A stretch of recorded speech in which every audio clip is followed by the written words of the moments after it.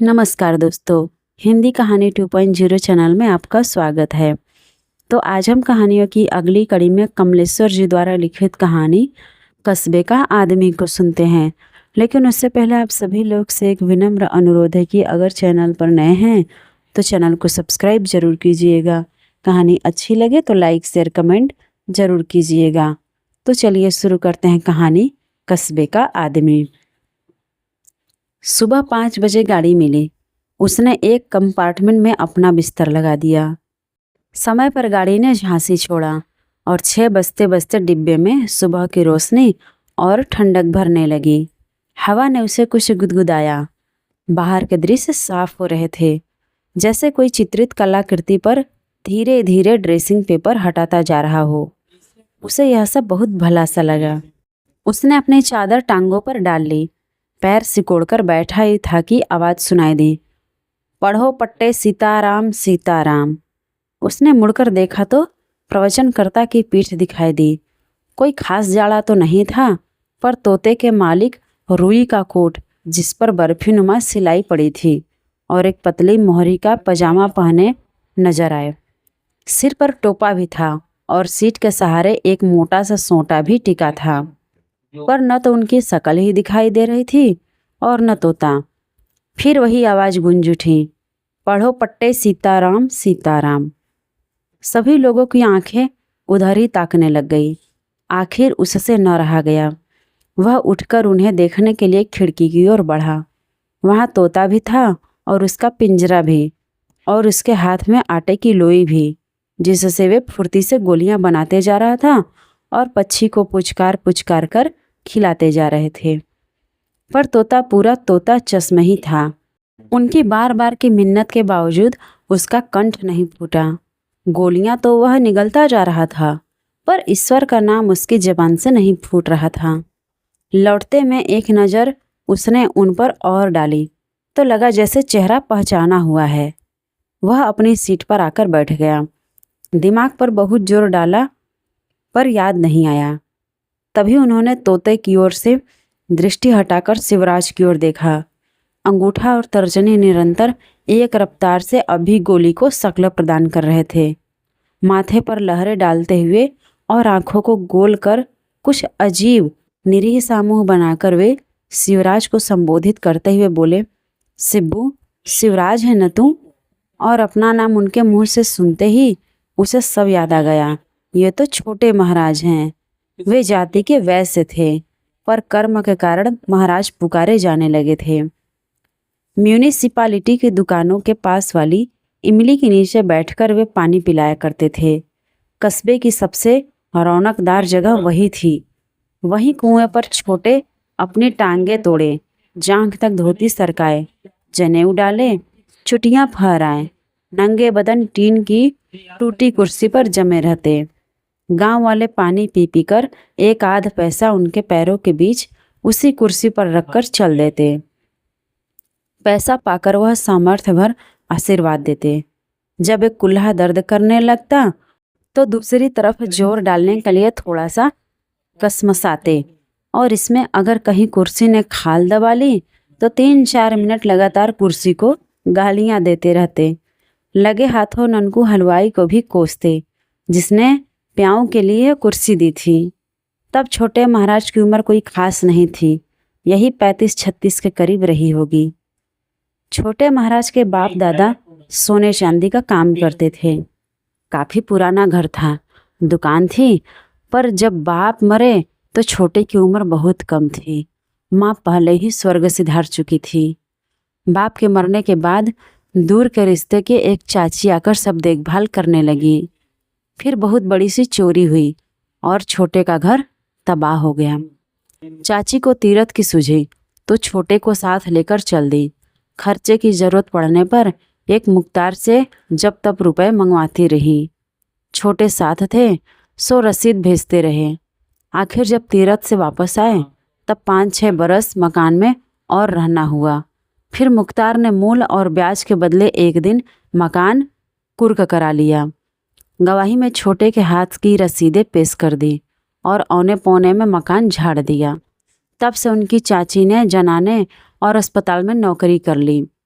और छोटे बिस्किटों का ठेला लगाने लगे और घूम घूम कर बाजार की सड़कों पर चीखने लगे, 1 पैसे में 50 बिस्किट, बिस्किट इनाम, जितना लगाओगे उतना पाओगे। ठेले में मैदे के छोटे छोटे बिस्किटों का ढेर लगा रहता। एक कोने पर एक बड़ी सी फिरकनी रखी रहती जिस पर नंबर के खाने बने रहते और उस पर एक सुई नाचती रहती। जब कोई पैसा लगाकर घुमाने वाला न मिलता तो खड़े खड़े स्वयं घुमाते रहते। जितना नंबर आता उतने बिस्किट गिनते और फिर ढेर में डालकर अनाज की तरह रोरते रहते। कभी करारे करारे 20-25 छांट लेते, सुइयाँ घुमाते, आंटी से 1 पैसा निकालकर पैसा रखने वाले फूल के कटोरे में झन्न से मारते और जितना नंबर आता उतने गिनकर बाकी के ढेर सुपुर्द कर जलपान कर लेते। लेकिन इस तरह कैसे पेट पलता।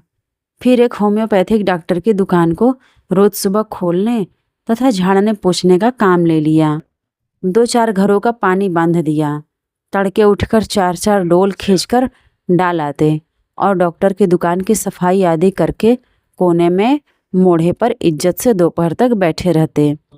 डॉक्टर साहब की अनुपस्थिति में मरीजों के हालचाल पूछ लेते, कुछ देसी दवाइयों के नुस्खे बताते और जर्मन दवाइयों की अहमियत समझाते।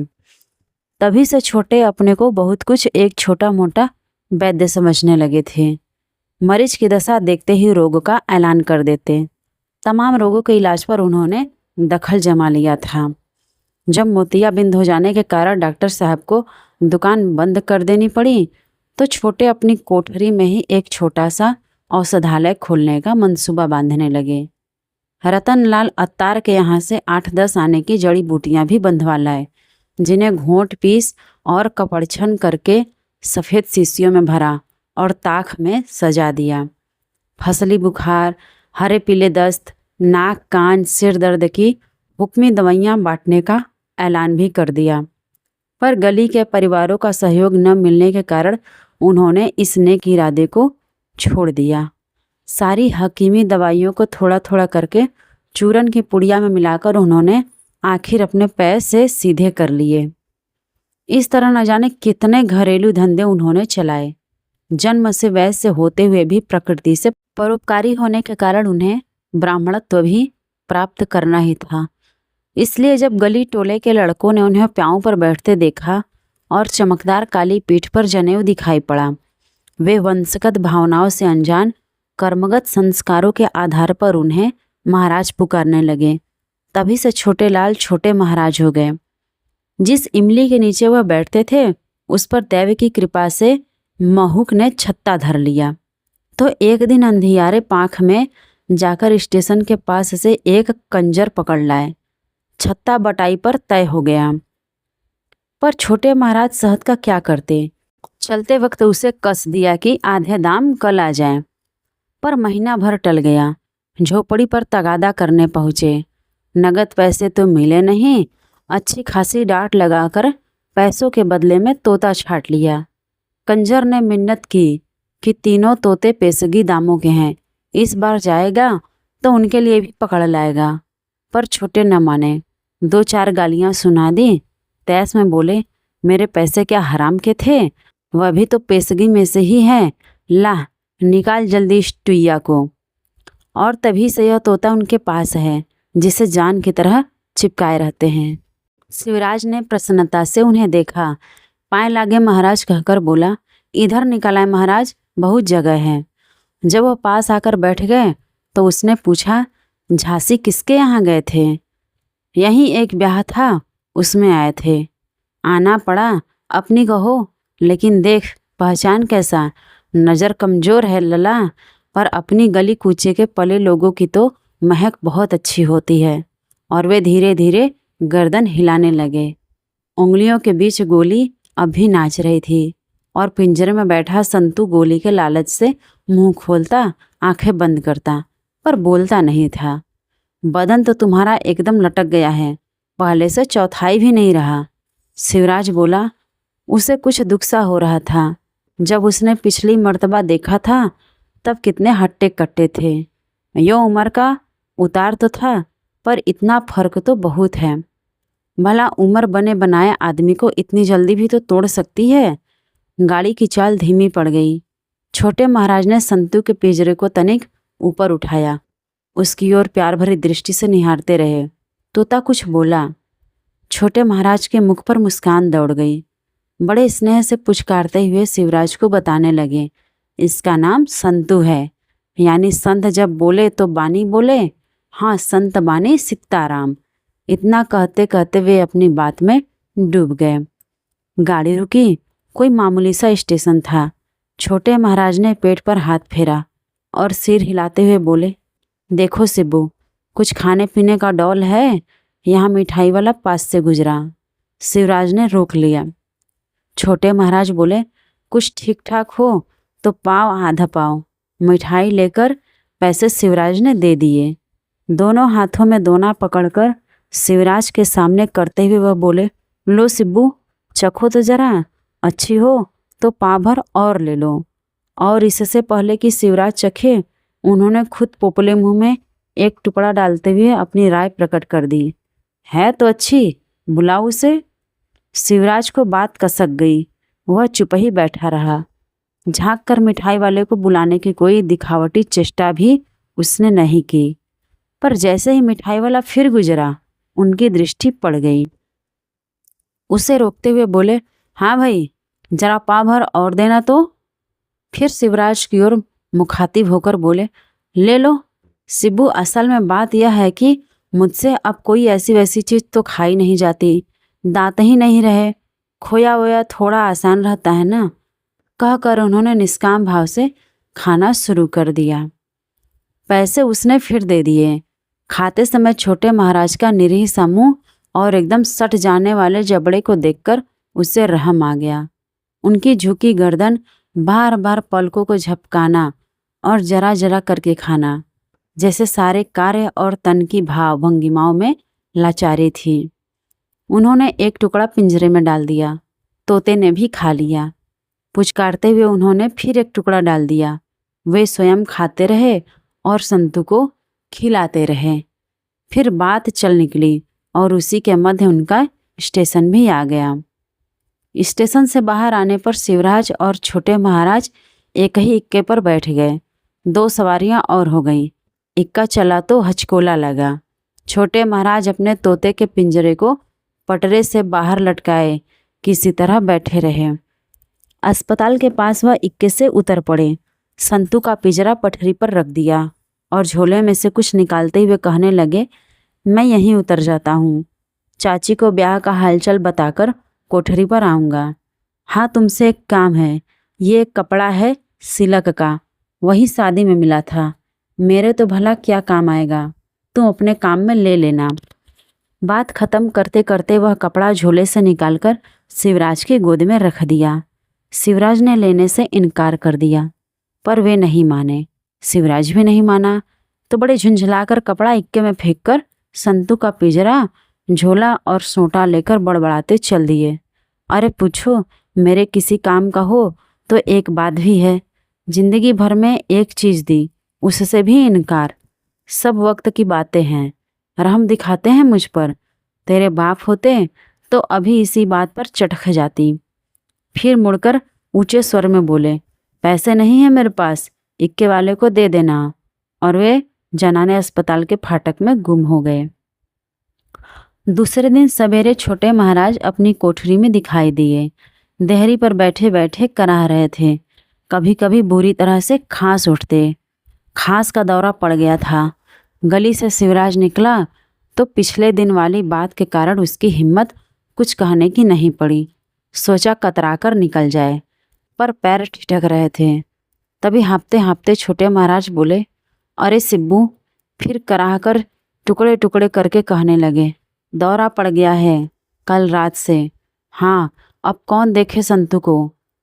बड़ी खराब आदत है इसकी, गर्दन सलाख से बाहर कर लेता है। रात भर बिल्ली चक्कर काटती रही बेटा, क्षण भर को पलक नहीं लगी। अपने होश हवास ठीक नहीं है तो कौन रखवाली करे इसकी।